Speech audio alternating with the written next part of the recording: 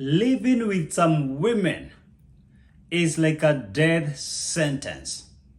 You actually better be single your entire life rather than die earlier in the hands of a witch.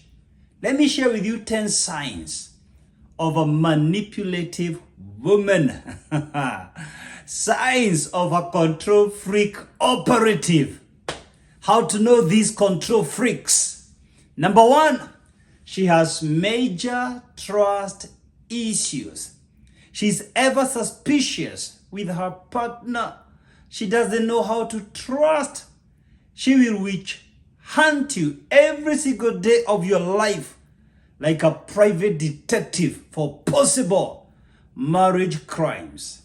She doubts everything. No matter what you say or do, she still doubts you. She doubts what you're doing with your work colleagues. She doubts what you did yesterday. She's always suspicious and full of doubt. Number 2, everything has to go her way. She wants to control everyone. She wants to control your mother, control your sister, control your brother, control your neighbors, control your friends, control your phone, control your laptop. She wants to control everyone. She wants to control every task and every situation. The bed must be made her way. The food must be cooked her way. The holiday must be where she decides. She even controls the itinerary during your vacation, and you go out on vacation when she wants. Number 3, signs of these control freak women. Number 3. Hey, before I give you number 3, please, my dear, subscribe to my YouTube channel. That's the best way to inspire me and to encourage me to continue producing these videos for you. Deal? Will you do that for me? All right, signs of a manipulative woman. Signs of control freaks. Number 3, everything has to fit her schedule. She has no sense of empathy or flexibility. Of course, none of us loves to be inconvenienced. We don't like it when people are late.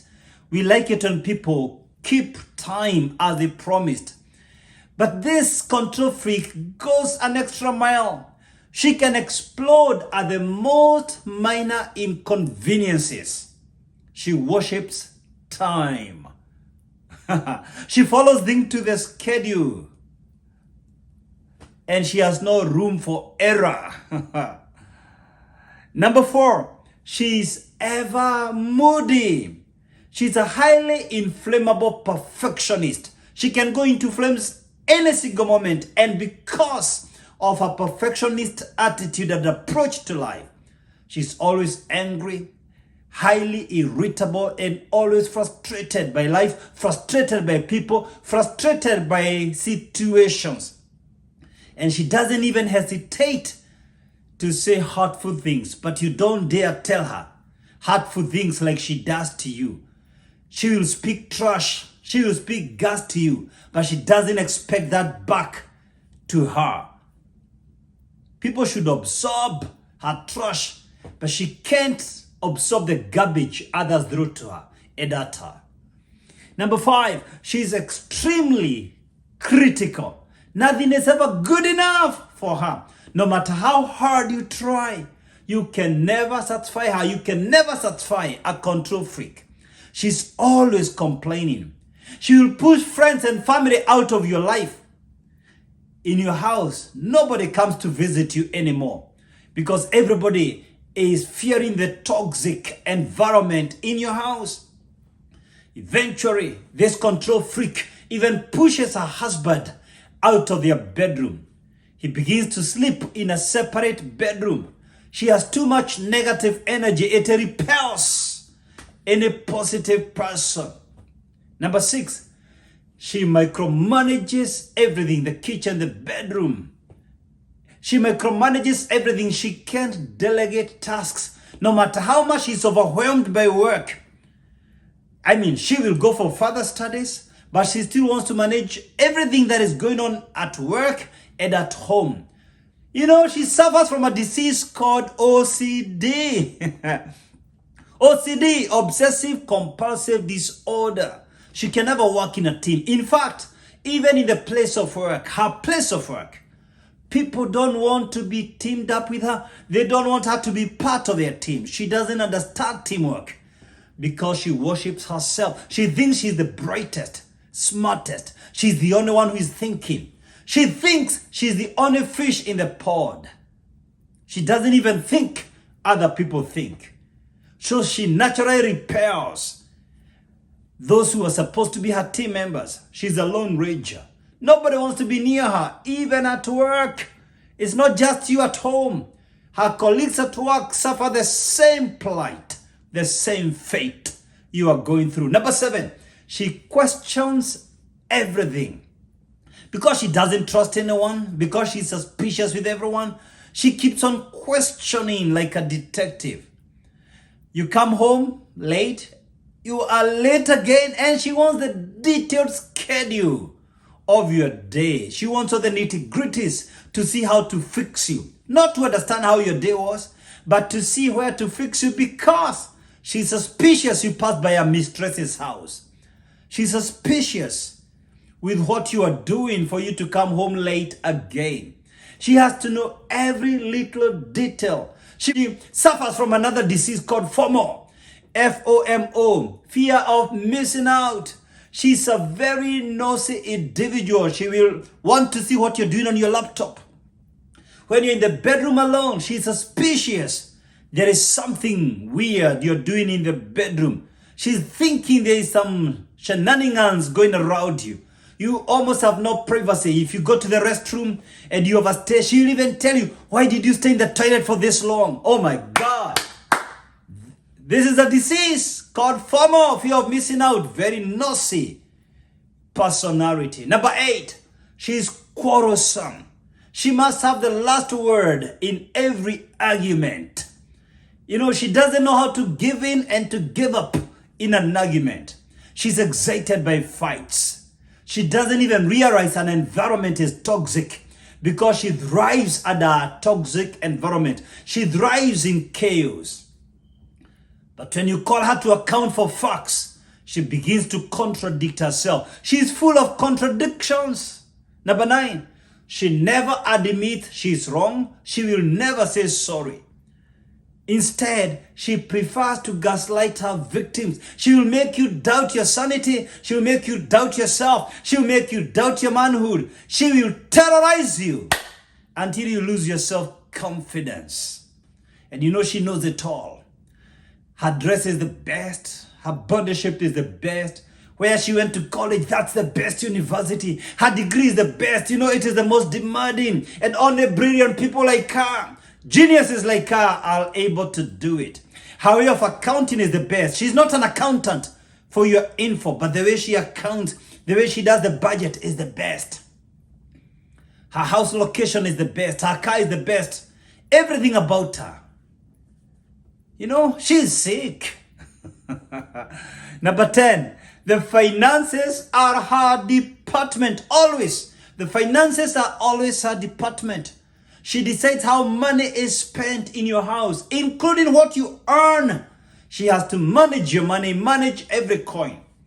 She has to, if you are in a rent or in a mortgage, she's the one to pay. Car insurance, she's the one to pay. Medical insurance, she's the one to pay.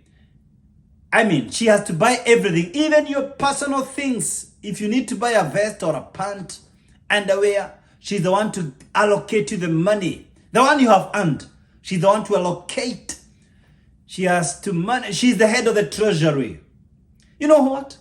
If you live with a control freak, stay on a corner of the roof of your house and wait for the Messiah. I didn't say that. The wisest man, King Solomon, said that in Proverbs 25:4. That if you live with a quarrelsome woman, just live on a corner of the roof of your house.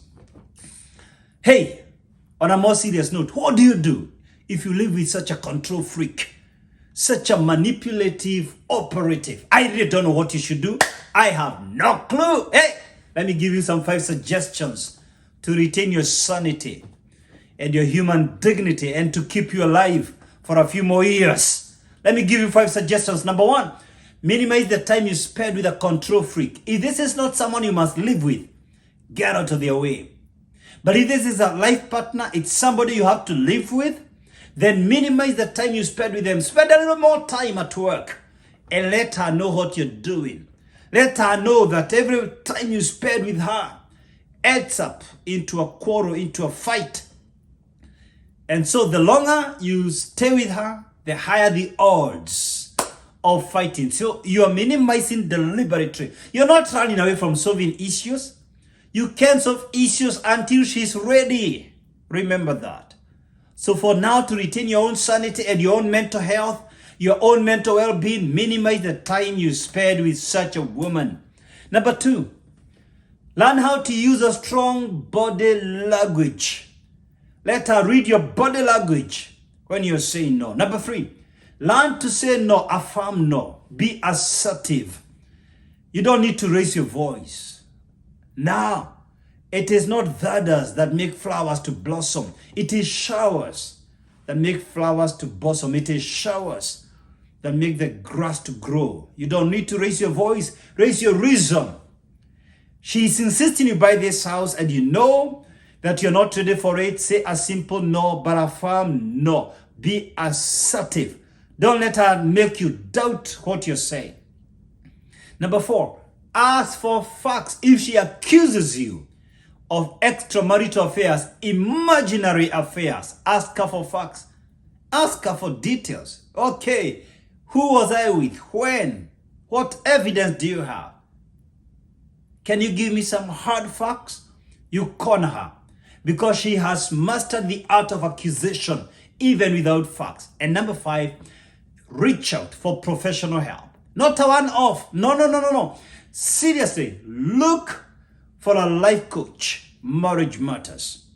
Somebody who is going to help you as a couple to work together. Maybe somebody you see every week just to go through issues together, because this kind of a person will require a third-party perspective to hear your perspective, to hear your worldview, to listen to you. Because no matter what you're saying, she's not listening. The only time she listens is if you say a nasty word. The rest of the time she's busy. You know, she's so rude. You could be solving a critical issue and she's just on her phone, scrolling through her phone. Or she's just on her laptop, showing you clearly what you're saying doesn't matter. Because when she's cheating and lying, she can't look at you straight in the face. So work with a therapist, a serious life coach or marriage therapist, to help you just go through these issues. Perhaps 6 months later, you will have improved in your marriage and commit these issues to God in prayer. Because some of these things require deliverance. You need to get on your knees and intercede for your marriage, intercede for your wife, but don't give up yet. Give your marriage a chance. If this video blessed you, please give me a comment right in this video. Give me a comment, let me know your thoughts, and kindly subscribe to my YouTube channel. Hit the subscribe button, please. Thank you so much, and I wish you the very best in your marriage.